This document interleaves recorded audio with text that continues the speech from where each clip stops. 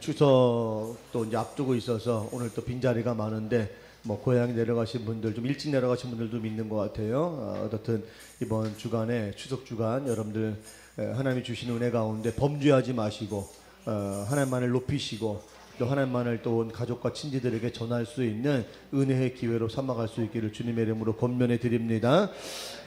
이제 9월 우리가 결실의 계절을 향해 달려가고 있는데, 이럴 때 우리가 아까 권사님 기도하신 것처럼 하나님이 보시기에 합당한 믿음의 열매를 우리가 드러내 보이지 못한다 그러면 주님 앞에 갔을 때 책망받습니다. 우리 주님께서 우리에게 구원의 은혜를 주신 것은 천국 가게 하시기 위한 분명한 뜻과 그런 사랑이 있지만, 그러나 또 하나 우리에게 가지고 계신 큰 믿음의 기대가 있습니다. 그 기대가 뭐냐면 우리를 통해서 영혼이 구원되어지고 하나님 나라가 확장되어지는 것입니다. 그 하나님의 일, 하나님이 계획하시고 작정하시고 시행하시고 있는 그 하나님의 일을 우리가 함께 믿음으로 동참해서 우리 또한 그 하나님의 영광 가운데 거하기를 원하신단 말이죠. 그런 특권을 우리에게 주신 겁니다. 그러니까 우리 성도들이 구원받은 것이 다만 구원받아서 천국 가는 것으로 끝나지 않고, 그렇게 하나님의 영광에 거할 수 있는, 그 영광에 참여할 수 있는 이 특권을 주신 것 생각할 때에 우리의 신앙생활이 결코 우리가 안일하거나 태만하거나 이렇게 해서는 안 된다는 거죠. 항상 날마다 깨어서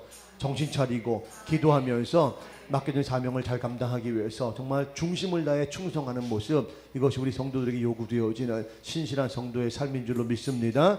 여러분, 그러면 자연스럽게 열매는 맺어지는 겁니다. 우리가 굳이 열매를 맺으려고 많이 쓰고 노력하지 않아도 우리가 그런 믿음의 중심을 가지고 신앙생활 잘하면 하나님께서 우리가 거기에 합당한 믿음의 열매를 맺게 하셔서 그 열매를 통해 하나님 영광 받으시고, 그 열매를 통해 우리 삶이 유익을 얻고, 그 열매를 통해서 많은 사람들을 생명의 길로 인도할 수 있는 이런 놀라운 축복이 있을 줄로 믿습니다. 여러분들 기도하세요. 우리 9월에는, 10월에는, 후반기에는 풍성한 열매를 맺기를 기도하시기 바랍니다. 사모하세요. 그래서 여러분들 한 사람 빠짐없이 빈손으로 주 앞에 가가지고 악하고 게으른 종아, 책만 받는 자가 아니라 2달란트 받은 자처럼, 5달란트 받은 자처럼 풍성한 것을 남겨서 내 주인의 즐거움에 참여할지로다, 이렇게 축복하시는 음성을 들으시는 여러분 되시기를 주의 이름으로 축원합니다.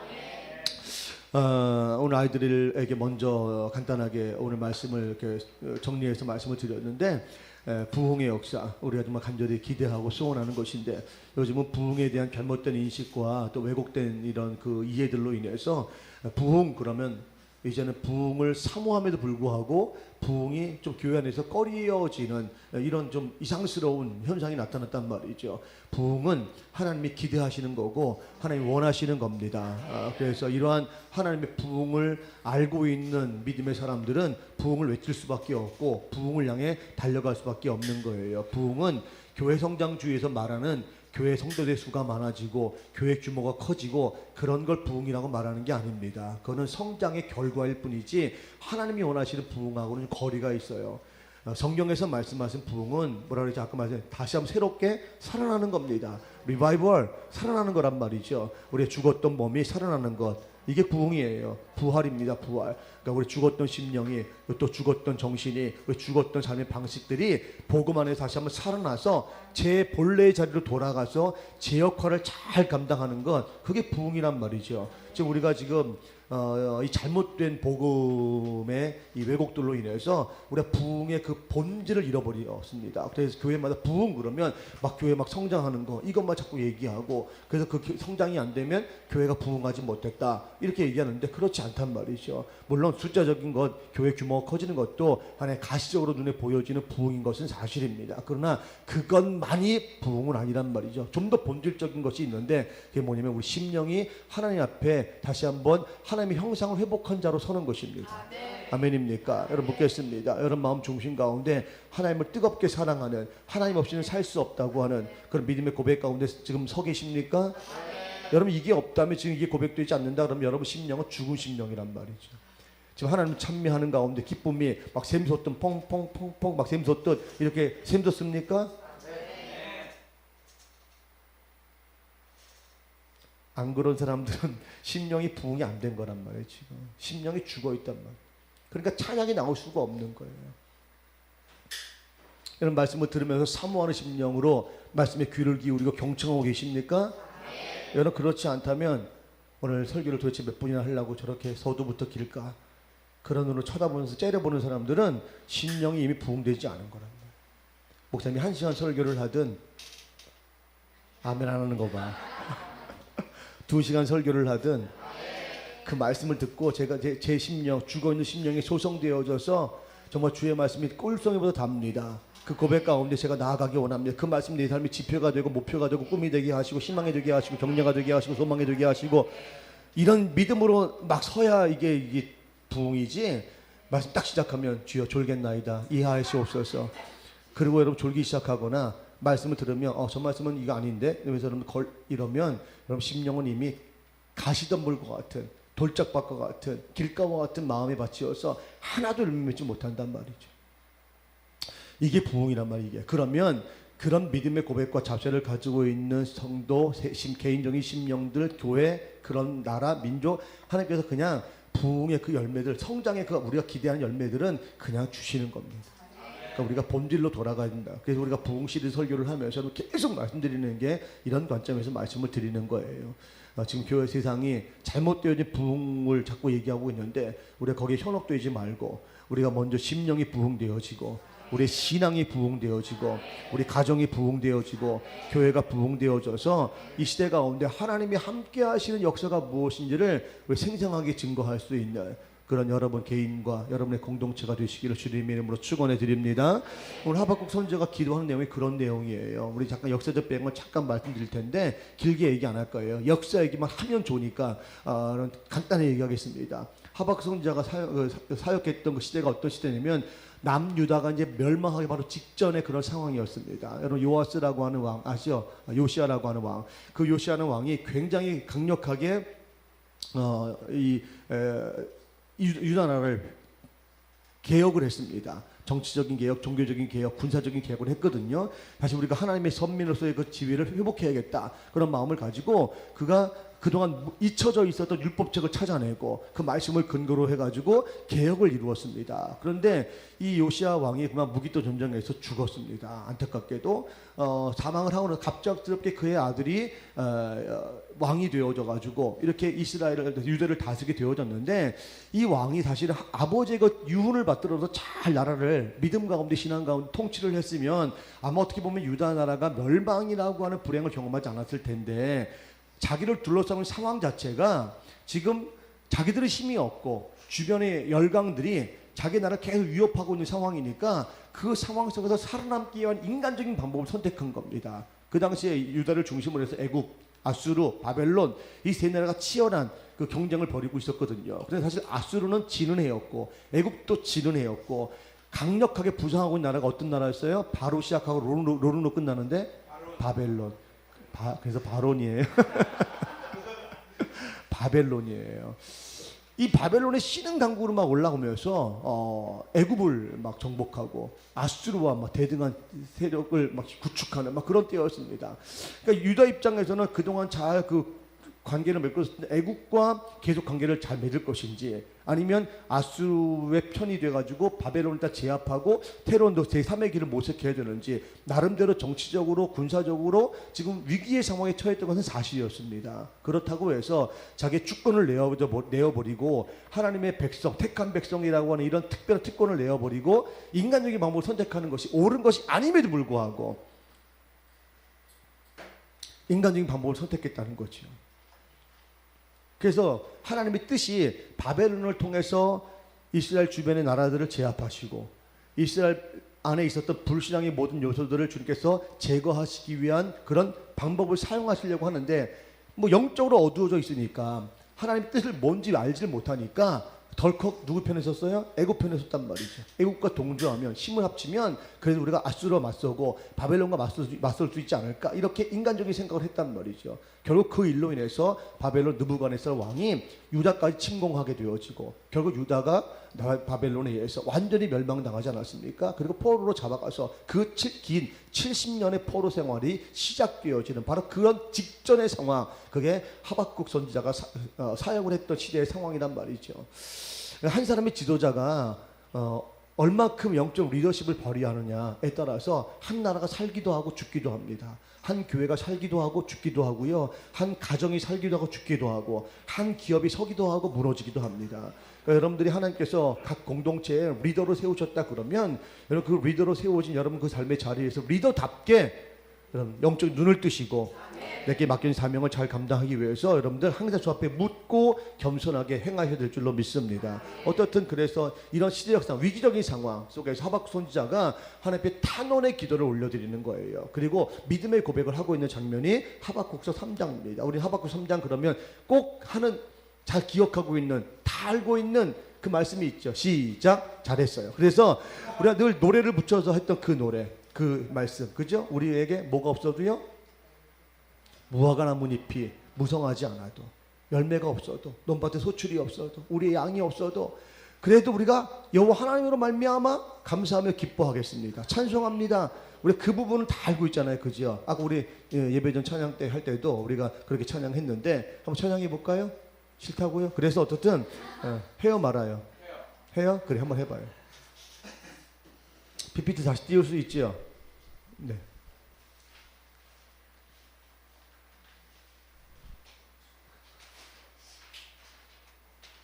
우리 이양 찬양할 때는 믿음의 고백으로 올려드려요.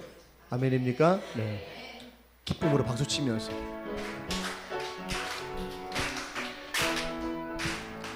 무화과 나뭇잎이 마르고 포도 열매가 없으며 감람나무 열매 그치고 논밭에 식물이 없어도 우리의 양떼가 없으며 외양간 송아지 없어도 난 여호와로 즐거워하리. 난 여호와로 즐거워하리. 난 구원의 하나님을 인해 기뻐하리라. 다시 한번. 잎이 마르고 포도 열매가 없으며 감람나무 열매 그치고 논밭에 식물이 없어도 우리의 양떼가 없으며 외양간 송아지 없어도 난 여호와로 즐거워하리. 난 여호와로 즐거워하리. 난 구원의 하나님을 인해 기뻐하리라. 할렐루야. 여러분 정말 그렇게 할 수 있습니까? 그렇게 할 수 있기를 주의 이름으로 축원합니다. 사실은 그건 이제 믿음의 하박국 선지자 믿음의 마지막 신앙의 고백이고, 지금 처해 있는 상황은 이럴 수밖에 없는 상황이란 말이죠. 아무것도 없는 상황, 희망을 찾을 수 없는 상황, 뭔가 미래에 대한 기대를 할 수 없는 그런 상황. 이런 상황 속에서 바벨론에 완전히 장악돼서 이제 그들의 운명이 불앞 태풍 앞에 있는 등불과 같은 그런 상황 속에 있는 이 하박국 이 나라를 바라보면서 이 하박국 선지자가 하나님 앞에 기도하고 있는 거예요. 주의 일을 수년 내에 부흥케 하여 주옵소서. 사실 우리가 어떻게 보면 이 기도는 그 하박국 선지자가 지금 직면하고 있는 상황에 비추어 봤을 때 전혀 합당치 않은 기도입니다. 그렇지 않습니까? 우리는 보통 어떻게 기도하죠? 이 위기를 빨리 지나가게 하여 주옵소서. 이 문제를 해결해 주옵소서. 주여 도와주옵소서. 우리가 보통 그런 기도 하잖아요. 여러분 인생에 어떤 어려운 문제가 직면하게 되어지면 난관이 오고 실패의 문 앞에 서 있을 때 어떤 기도 합니까? 대부분 이 실패의 문제, 좌절의 문제, 절망케 하는 문제나 괴롭게 하는 문제나 슬프게 하는 그 문제들이 속히 나에게서부터 떠나가서 내가 원하는 대로의 삶을 살게 해달라고 기도하지 않습니까? 에? 대부분 그렇게 기도하잖아요. 그런데 하박국 선지자는 그런 기도를 하는 게 아닙니다. 하박국 선지자는 지금 눈에 보여지지 않는 그런 희망을 꿈도 꿀 수 없는 상황 속에서 남들은 그걸 바라보지도 않는, 바라볼 생각하지도 않는 그 부흥의 역사를 그가 믿음의 눈으로 바라보면서 그 부흥을 이루시는 하나님을 찬양하고 있단 말이에요. 이게 성숙한 믿음의 모습의 성도의 모습이라는 것입니다. 저는 성도들이 이러한 믿음의 모습을 가지고 살아갈 수 있기를 주의 이름으로 축원합니다. 우린 누구나 다 연약한 존재이기 때문에 자신의 연약함을 먼저 바라보게 되어집니다. 자신을 둘러싸는 상황을 먼저 바라볼 수밖에 없는 것이 우리의 실체입니다. 어쩔 수 없어요. 우리 인간이기 때문에. 우리가 가지고 있는 경험, 우리가 가지고 있는 지식, 우리가 알고 있는 이 모든 관계들, 우리 그 테두리 안에서 우리 인생 자체를 바라볼 수밖에 없는 그런 우리 존재이기 때문에 항상 그것이 먼저 눈에 들어오고 그것을 먼저 계산하게 되어집니다. 그래서 우리가 전능하신 하나님을 믿고 있다고 하면서도 그 전능하신 하나님께서 나를 사랑하신다고 확신한다고 고백도 하면서도 실제 우리의 삶은 그 하나님과 전혀 관계가 없는, 그 하나님을 믿는지 안 믿는지조차도 확인할 길이 없을 정도의 그런 연약한 모습을 하나님 앞에 보일 때가 너무 많습니다. 하나님이 그럴 때마다 우리를 책망하시면 머리에 구운 밤이 10개씩은 날 거예요. 근데 하나님께서 그런 우리를 불쌍히 여기셔서 다시 한번 깨달을 수 있는 기회를 주시고 믿음의 자리에 세워주셔서 하나님의 전능하심을 경험할 수 있는 은혜를 주시고, 그게 하나님의 일하심이란 말이에요. 그러니까 우리 좀 더 성숙한 사람들은 조금만 더 성숙해지면 우리가 우리의 눈앞에 펼쳐진 상황과 환경과 조건과 이것을 보는 것이 아니라 그 너머에 역사하시는, 우리 인생 전체를 다스려 가시는, 역사를 주관해 가시는 그 하나님을 믿음의 눈으로 바라보고 그 하나님의 일하심 앞에 믿음으로 반응하는 그런 삶을 살게 되어진다는 거지요. 하박국 선지자가 지금 그런 믿음의 자세를 가지고 지금 노래하고 있는 겁니다. 주의 일을 수년 내에 부흥케 하여 주옵소서. 우리가 그 일을 이루기 위해서 우리가 필요한 믿음의 3가지 자세를 아까 아이들에게 잠깐 얘기했지만 간단하게 여러분 덧붙여서 말씀드리려고 합니다. 첫째는 뭐죠? 첫 번째 뭐라 그랬죠? 까먹었어요? 뭐라 그랬어요? 한 마음, 한 뜻, 한 소원, 한 비전을 가져야 된다. 다르게 얘기했는데 부흥에 대한 꿈과 비전을 가져야 된다. 이것이 우리가 필요하다는 거예요. 우리가 한 마음 되어지는, 뭐에 대한? 부흥에 대한 이 한 마음, 한 뜻, 이런 비전, 한 동일한 꿈과 비전을 향한 한 마음이 되어질 때, 한 뜻을 가지고 있을 때에, 한 목표를 가지고 있을 때에 비록 그 가운데 하나님의 부흥의 역사가 이루어지는 줄 믿으시기를 바랍니다. 교회에서도 제가 우리 볼떡교회는 오병이의 기적의 역사가 일어나는 교회니까 우리 이런 부흥의 역사를 위해서 나아갑시다, 기도합시다. 그런데 여러분들은 목사님만 하세요 그러면 교회 부흥 역사 일어날까요? 안 된단 말이죠. 우리가 지금까지 개척 6년 만에 아무도 없는 상황 속에 정말 황무지 같은 상황 속에서 개척을 시작했는데, 그럼 지금 우리가 교회가 자립하고 우리 지방에서 중간 정도의 그런 규모의 교회, 비록 우리 눈에 보여지는 숫자는 작지만 그러나 뭐 몇백 명, 몇천 명 모이는 교회는 아니지만 그래도 신실한 교회, 건강한 교회, 칭찬받는 교회로 이렇게 세워지게 된 배경은 우리가 그동안 한 마음이 되었기 때문에 하나님의 살아계심을 드러내 보이는 교회가 되게 하여 주옵소서. 우리 기도가 그거였잖아요. 작은 교회 되지 않는다, 지하교회 되지 않는다, 상가교회 되지 않는다, 다 모두가 그렇게 말하는데 하나님 그렇지 않습니다. 하나님이 핏값 주고 사신 교회 결코 퇴보할 수 없습니다. 쪼그라들 수 없습니다. 그런 믿음의 고백까지 우리가 한 마음 되어서 막 뜨겁게 기도하고 열심으로 주님을 섬기지 않았습니까? 그래서 하나님께서 은혜를 부어주셔서 단기간 내에 우리가 부흥하고 자립할 수 있었던 것이, 그런 한마음 되어졌던 것이 사실 하나님 기뻐하시는 그런 귀한 믿음의 요소였단 말이죠. 우리가 지금도 어린아이부터 시작해 노년에 이르기까지 한마음 되어지면 뭐에 대한, 이 부흥에 대한 꿈을 가지고 비전을 가지고 한마음 되어지고 한 뜻만 품게 되어지면 반드시 그 가운데 하나님 살아 역사하실 줄로 믿습니다. 사랑하는 성도 여러분, 우리가 서로 생각이 다르고 뜻이 다르고 의지가 다를 수가 있어요. 그러나 우리가 하나님께서 우리에게 세워놓으신 한 가지의 목표, 이 땅 가운데 주님의 일을 이루시고자 하시는, 영혼이 구원되어지고 마침내 하나님 나라가 확장되어지는 그런 주님의 일, 그 주님에 대한 한 가지 동일한 목표를 가지고 우리가 한 마음 되어져 충성하기만 한다 그러면 하나님께서 1000명이 모이는 교회도 감당할 수 없는 그런 강력한 복음의 역사를 우리를 통해서 이루실 줄로 믿습니다.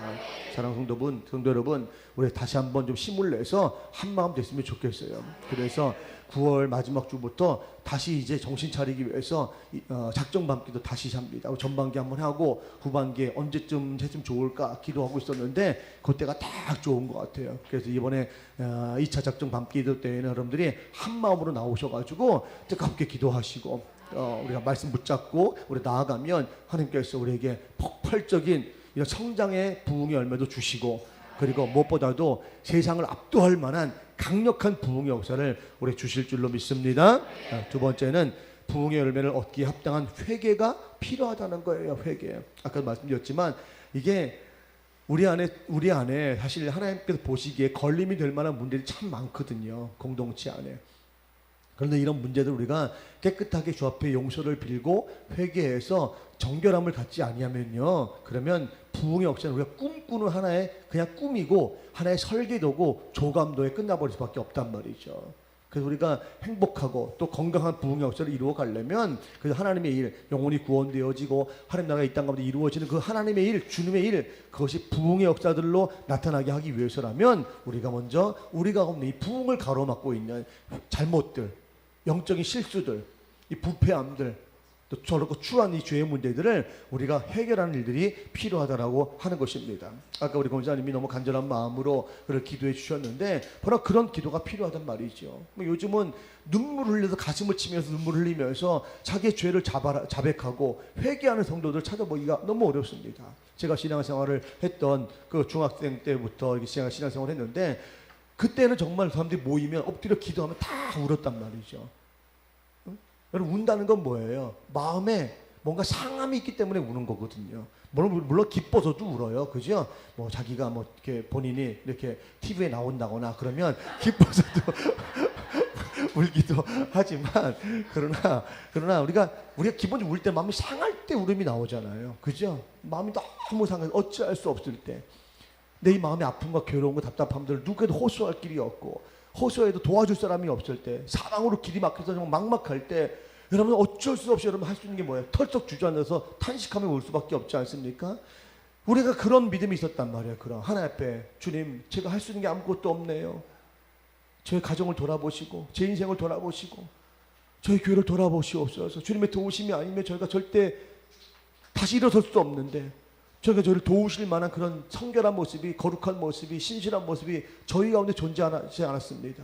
늘 주 앞에 잘못했네요. 하나님 용서해 주세요. 불쌍히 여겨 주세요. 그냥 끊임없이 눈물로 기도하고 그랬었는데 요즘은 눈물 흘려 기도하는 성도를 찾아보기가 어렵단 말이죠. 여러분들에게 금요 심야 때 오면 우라 막 그렇게 제가 우세요 그렇게 얘기하는데 그 울라고 하는 얘기는 억지로 하더라도 무시해야 된단 말이죠. 여러분 심령이 답답하고 컬컬한데도 울질 않아요. 왜 안 우는 줄 아세요, 여러분들? 왜 안 우는 줄 아세요? 그래요. 절실하지 않기 때문에 그래요. 그냥 살만 하거든요. 어렵다, 힘들다 그렇게 말하면서도 그래도 살만 하거든요. 여러분 막다른 골목에 가면 울 수밖에 없는 거예요.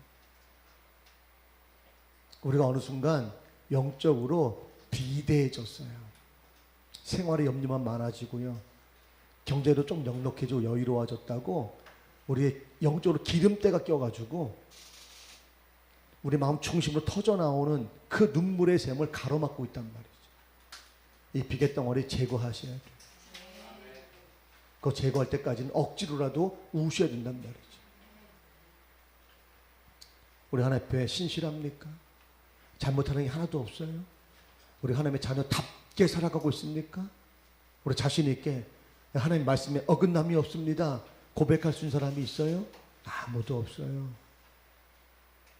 우리 구원하시기 위해서 우리 주님께서 십자가의 대속의 죽음을 기꺼이 죽으셨고 그 죽음을 통해서 우리에게 영원한 구원과 부활을 통한 영생을 주셨는데 우리가 그 은혜를 생각하면 그 은혜에 합당한 삶을 살아가도록 요구받은 우리들이 그런 삶을 살기 위해서 매일 애쓰고 노력해야 되는데 그런 애씀과 노력과 몸부림이 우리 가운데 있냔 말이에요.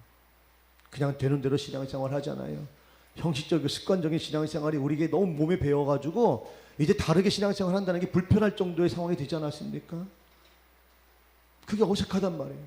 예전처럼 막 뛰고 막 기쁨으로 정말 넘치는 감격으로 하나님을 찬양하고 울며 울음을 쏟아내며 기도했던 그런 신앙생활이 당연한 건데도 불구하고 그게 아주 어색하고 불편한 그런 우리 신앙의 상태에 지금 와 있단 말이죠.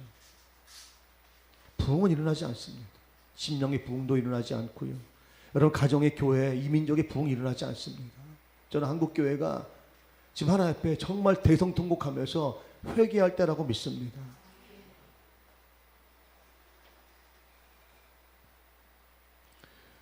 우리 어저께 성경 골든벨을 우리 학생들이 나가서 참여를 하고 뭐 물론 좋은 성적 거두면 좋지요. 전국대회에 나가서 골든벨 울리고 뭐 다 좋지요. 그러나 그걸 바라보기 전에 전 너무 안타까운 현실을 참 많이 봤습니다. 어제도 동일한 걸 봤는데 사실 아이들에게 성경 통독 이런 그 골든벨을 하는 이유가 뭐죠? 아이들이 말씀을 읽게 하기 위함이잖아요. 말씀을 읽고 말씀을 통해 변화된 삶을 살아가도록 하기 위함이잖아요. 그게 목적이잖아요. 골든벨 울려서 상금 받는 게 목적이 아니잖아요. 그런 것도 좀 있는 아이들이 있나?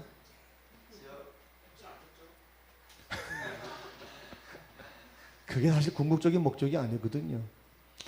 근데 시작할 때는 애들이 꽉 꽃제끼 얼마나 커요. 꽉 찼어요. 폐회식을 하는데 제가 참 마음이 아프더라고요. 우리가 왜 이거 하지? 이런 대회를 왜 하는 거지? 도대체 우리 목사님들이, 전사님들이, 교사들이 아이들에게 뭘 가르치는 거지?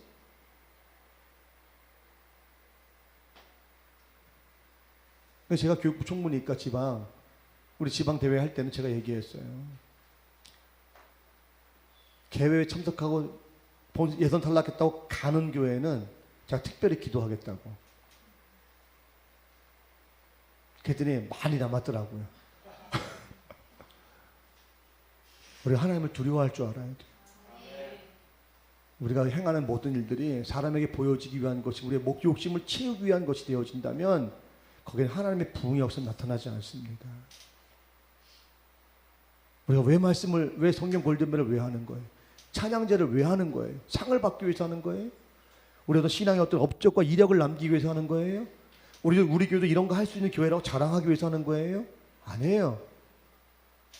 우리에게 생명을 주시고 우리를 통해서 영광 드러내기 원하셨던 아버지의 뜻을 세상 모든 사람들에게 자랑하기 위해, 증거하기 위함이에요. 그러면 끝까지 남아 있어야죠. 상을 받든 못 받았든. 이게 맞습니까? 아니면 이 현 세태에 이것이 맞습니까? 왜 대답을 안 합니까? 잘 모르겠어요? 우리 신앙의 모습이 이렇게 좀 변질돼 갔단 말이죠. 주일은 하나 더 붙여 여러분들 말씀드리는데, 주일은요 주님의 날입니다. 주님이 영광 받으시는 날이에요. 아침 일찍부터 하루의 모든 일과 끝날 때까지 오로지 우리의 모든 마음의 중심이 하나님께 있어야 합니다. 아멘입니까? 찬양할 때도, 기도할 때도, 섬길 때도. 그런데 우리가 예배에 참여하는 날이 되어져 버렸어요. 우리 신앙의 본질을 잃어버린 거예요. 이렇게 큰 하나님 앞에 큰 범죄하는 삶을 살고 있으면서도 회개하지 않아요. 그러면 건강한 신앙생활, 아니 옳은 신앙의 자세는 주일은 온전히 하나님께 드리는 거예요. 아멘 소리 작은 거 보세요 이거. 온전히 드리는 거예요. 온전하다는 말은 흠과 티가 없다는 거예요. 하나님 정해놓으신 게 딱 있다면 한 가지도 범하지 않는 게 온전한 거예요. 그럼 여러분들 어떻게 해야 돼요? 주일 11시 예배를 대예배가 어디 있어요? 소예배가 있어요? 주일 하나에 드리는 예배, 하나님 정해놓은 시간과 장소에 따라서 정해놓은 그 예배, 우리 모든 공동체원들이 모이는 그 예배, 그 예배 자리에는 다 참여해야 되는 거예요.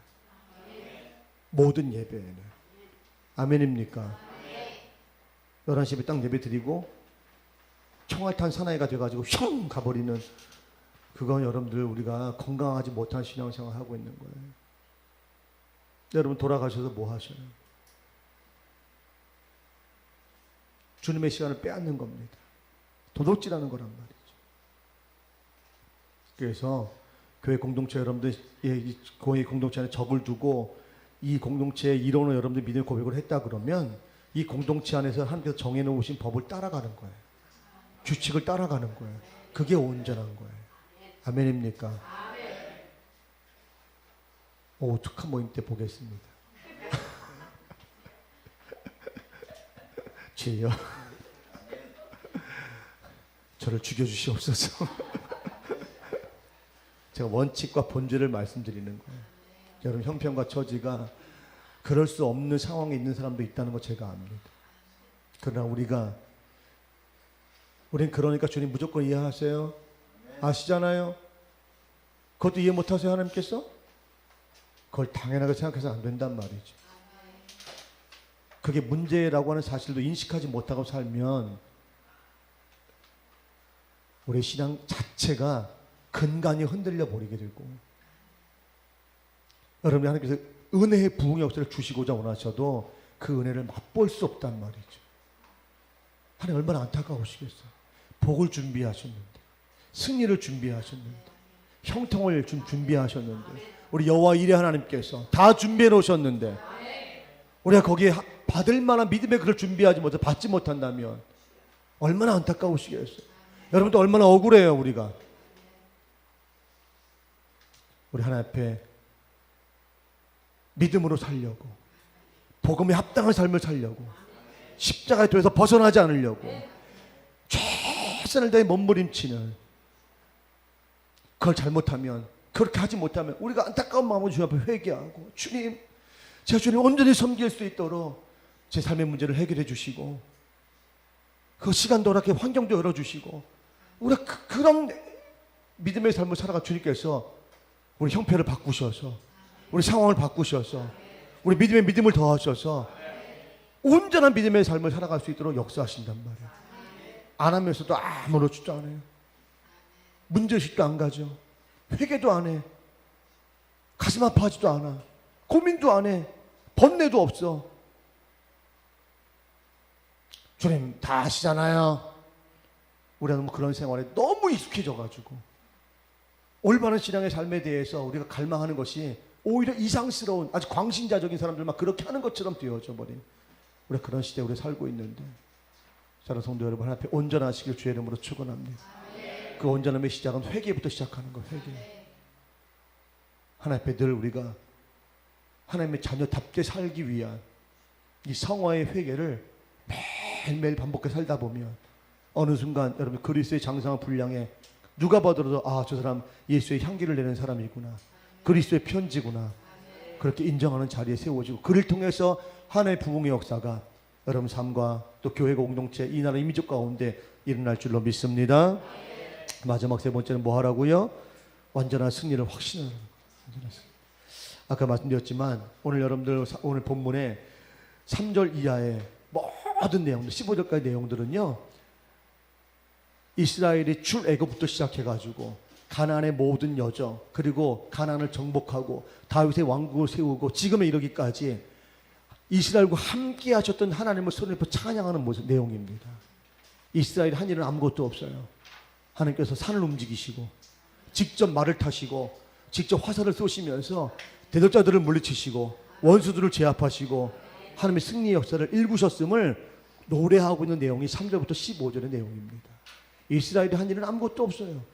하나님의 역사하시고 일하신 일을 바라보면서 구경하면서 하나님 찬미하고 하나님 제사하는 일에 열심을 내며 그냥 걸어갔던 것뿐이고, 그들이 직접 싸워서 한 일은 아무것도 없단 말이죠.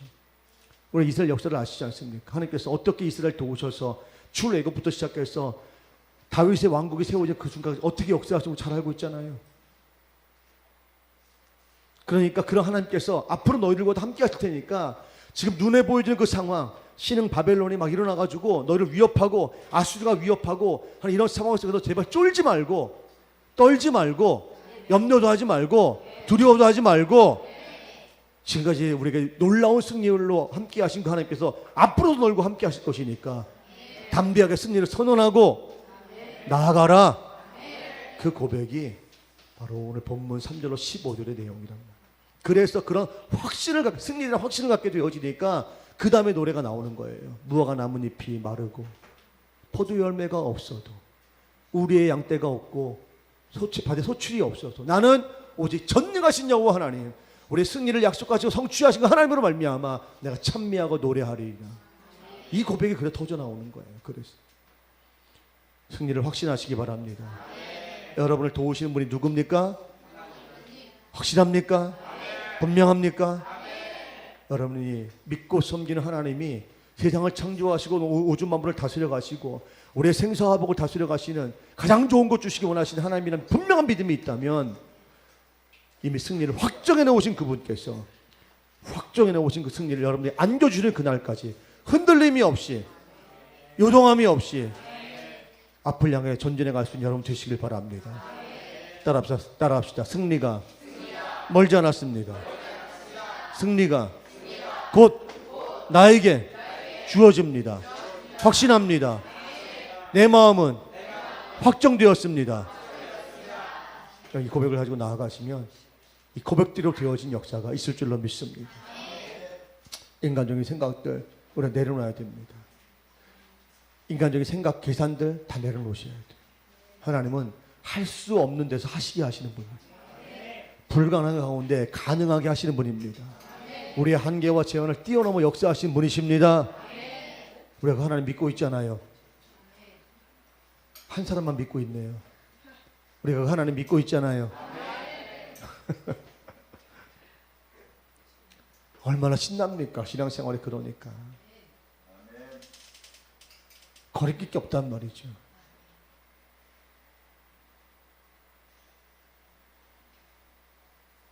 승리를 확신하는 사람들은 얼굴 표정이 그렇지가 않습니다.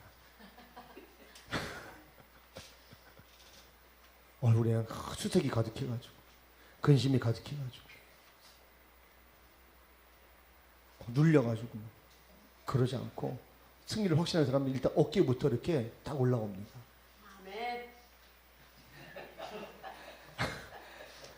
눈에 막 힘이 들어가요. 근데 승리를 확신하는 사람들 보세요. 경기에 임하는 선수들이 그 경기에서 승리할 것이냐 패배할 것이냐 뭘 보면 안냐 아세요? 눈빛 보면 압니다. 이미 시작하기 전에 눈빛이 흔들리는, 눈동자가 흔들리는 사람들이 있어요. 그러면 그 게임에서 그냥 탁월한 실력을 가지고 있어도 집니다. 그래서 기선제압이라고 하잖아요. 그죠? 기를 먼저 딱 제압하는 거예요. 그게 가장 중요한 눈빛이거든요. 딱 이러면 딱 제압됩니다. 제가 어디 가든 이렇게 카리스마 있다고 제가 항상 이렇게 얘기 듣는데 그 카리스마가 이 쪽재진 눈에 있어요. 제가 눈이 동그랗고 쌍꺼풀이 예쁘게 졌다. 송중기처럼 됐다. 그러면 카리스마를 발휘할 수가 없어요. 제가 눈이 좀 찢어져가지고 딱 이러면 벌써 쫙 잡힌단 말이죠. 제 얘기를 하는 게 아니라 우리 안에 살아계신 성령님께서 역사하시면 그 성령님의 기운이 사람들에게 보여지는 거예요. 느껴지는 거예요. 하나님 여러분과 함께 하십니다. 예수님이 여러분과 함께 하십니다. 성령님이 여러분과 함께 하십니다. 좀 담대하란 말이죠. 그분께 승리를 이미 확정해 놓으셨잖아요. 마음에 확신을 갖고 아싸라비야 그러면서 여러분들 담대하게 나아가면 어디 감히 어둠에서 여러분의 삶을 위협하겠습니까? 누가 여러분의 삶을 공고하게 하겠습니까?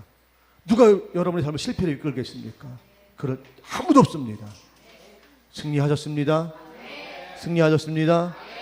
기도하겠습니다. 하나님 고맙습니다. 하박국 선지자는 위대한 믿음의 모습을 저희에게 보여주고 있습니다. 이 믿음이 오늘을 살아가는 우리들에게도 동일하게 요구되어지는 믿음인데 이런 믿음을 가지고 있는 성도들을 찾아보기가 어렵습니다.